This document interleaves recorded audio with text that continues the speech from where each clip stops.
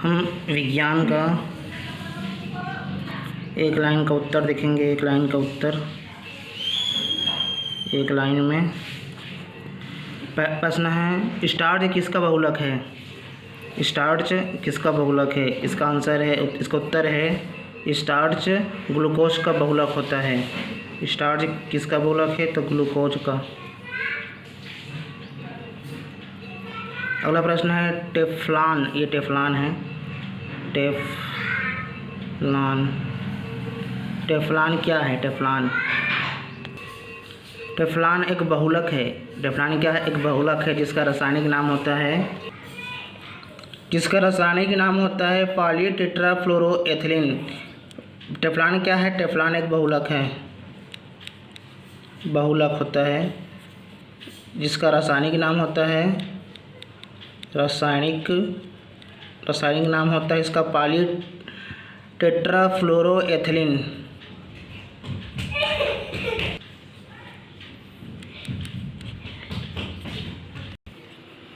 Polytetrafluoroethylene ये Teflon का रासायनिक सूत्र है।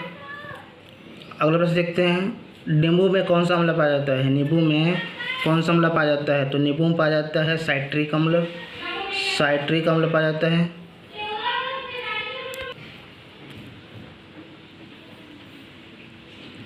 नींबू में साइट्रिक अम्ल पाया जाता है। अगला प्रश्न है, नेफ्थलीन का मुख्य स्रोत क्या है? नेफ्थलीन का मुख्य स्रोत क्या है? तो नेफ्थलीन का मुख्य स्रोत होता है कोलतार इसका मुख्य स्रोत होता है। अगला प्रश्न है, पेट्रोल का मुख्य संगठक क्या है? पेट्रोल का मुख्य संगठक, साफ नहीं आ रहा है का? हाँ ठीक है। पेट्रोल का मुख्य संगठक है ऑक्टेन। ऑक्टेन को बोलते हैं ऑक्टेन। पेट्रोल का मुख्य संगठक होता है ऑक्टेन।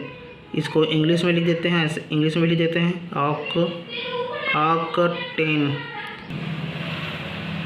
ऑक्टेन इंग्लिश में, हिंदी में से ऑक्टेन।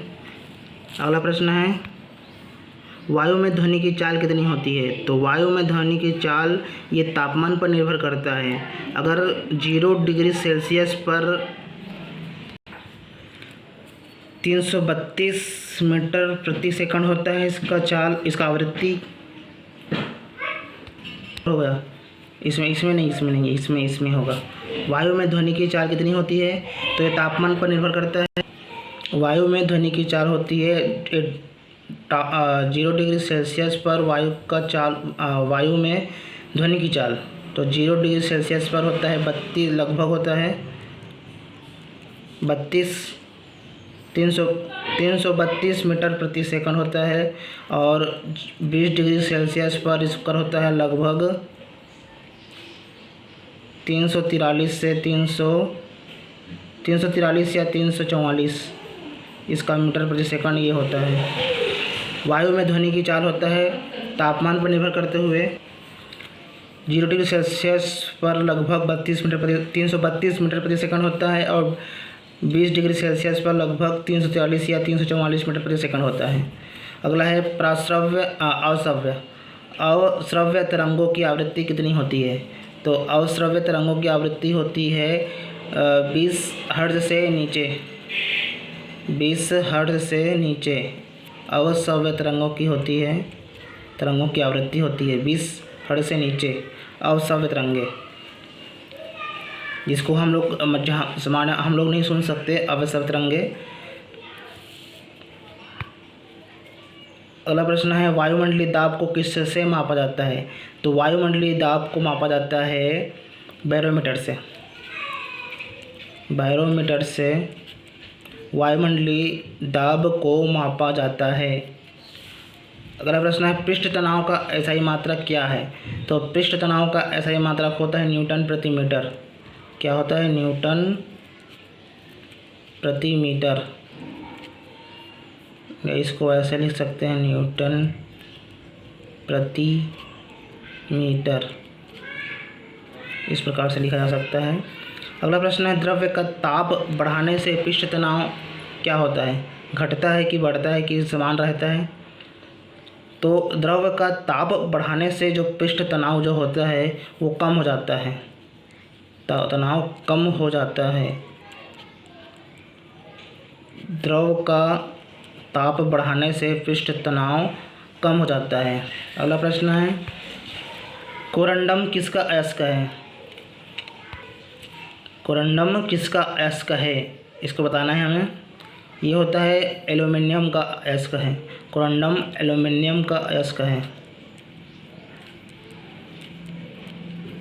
एल्यूमिनियम का अयस्क है। अगला प्रश्न है, सबसे हल्की धातु कौन सा है?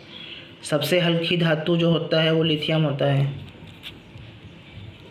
लिथियम। सबसे हल्की धातु लिथियम होता है। अगला प्रश्न है, सिगरेट लाइटर में किस गैस का उपयोग करते हैं? तो सिगरेट जो लाइटर होता है उसमें ब्यूटेन गैस का उपयोग करते हैं, ब्यूटेन गैस का उपयोग करते हैं। अगला प्रश्न है, एलपीजी का प्रमुख घटक है क्या है? एलपीजी का प्रमुख घटक जो होता है वो ब्यूटेन होता है, प्रमुख घटक ब्यूटेन होता है। अगला प्रश्न है, सबसे उत्तम कोटि का कोयला किसे कहते हैं? सबसे उत्तम सबसे उत्तम कोटि का जो कोयला होता है उसे एंथ्रासाइट कहा जाता है, एंथ्रासाइट, एंथ्रासाइट को कहा जाता है। जो सबसे उत्तम कोटि का कोयला एंथ्रासाइट होता है। अगला प्रश्न है, सबसे लंबी कोशिका होती है? तो सबसे लंबी कोशिका जो होती है तंत्रिका तंत्र की कोशिका होती है। सबसे लंबी कोशिका तंत्रिका तंत्र की होती है, तंत्रिका तंत्र की। अगला प्रश्न है, एथिलीन फूट क्या है? एथिलीन फूट, एथिलीन फूट क्या है इसे बताना है। एथिलीन फूट जो होता है उसे चिकित्सीय रूप से जो टेनिया पेडिस के रूप में जाना जाता है, चिकित्सीय रूप में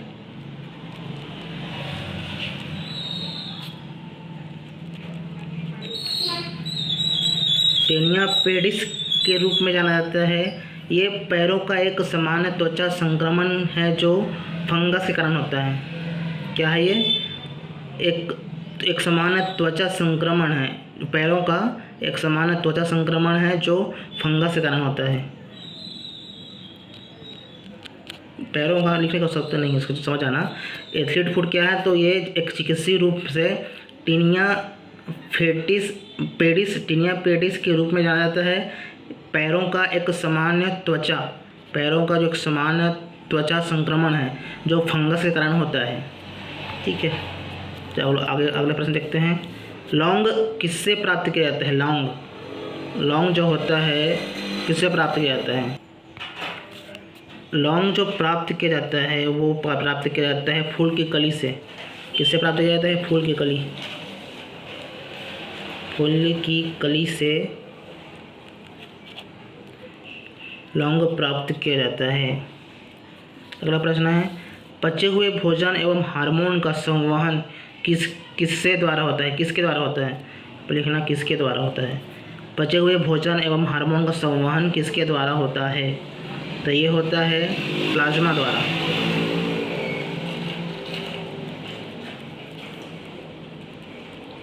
पचे हुए भोजन एवं हार्मोन का संवहन प्लाज्मा द्वारा होता है। अगला प्रश्न है, मानव रक्त का पीएच मान कितना होता है? मानव रक्त का पीएच मान कितना होता है? ये होता है 7.35 से 7.45 तक के बीच में होता है मानव रक्त का पीएच मान। 7 से ज़्यादा हुआ तो लगभग क्षारीय मान लिया। 7 उदासीन होता है। ये उदासीन पीएच स्केल में अगर देखें तो ये उदासीन, इधर का अम्ल, इधर का क्षारीय। तो मानव रक्त का पीएच मान होता है 7.35 से 7.45 के बीच। यहाँ तक हम लोग पढ़ रही है तो इसका अब रिविजन कर लेते हैं ताकि इस वीडियो में सभी याद हो जाए। स्टार्च जो होता है वो किसका बहुलक है? तो स्टार्च ग्लूकोज का बहुलक होता है। यहाँ पर हम रिविजन कर रहे हैं। टेफ्लॉन क्या है? टेफ्लॉन एक बहुलक है जो इसका रासायनिक नाम होता है, रासायनिक सूत्र होता है पॉली टेट्राफ्लोरोएथिलीन। इसका रासायनिक सूत्र होता है, यहाँ पर लिख देते हैं रासायनिक सूत्र।